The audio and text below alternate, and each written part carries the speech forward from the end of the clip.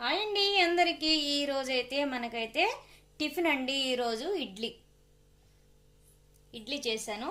తరువాత పల్లీలు పుట్నాల పప్పుతో నేనైతే చట్నీ అయితే ఇలా రెడీ చేశానండి.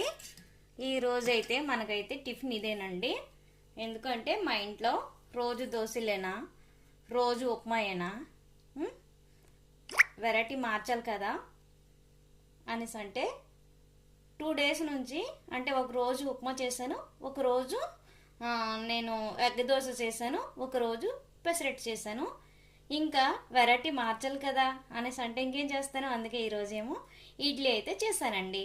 మరి మీది ఏం టిఫిన్? మాదైతే ఈరోజైతే ఇడ్లీ, పుట్నాల పప్పు, పల్లీతో చట్నీ తయారు చేశాను.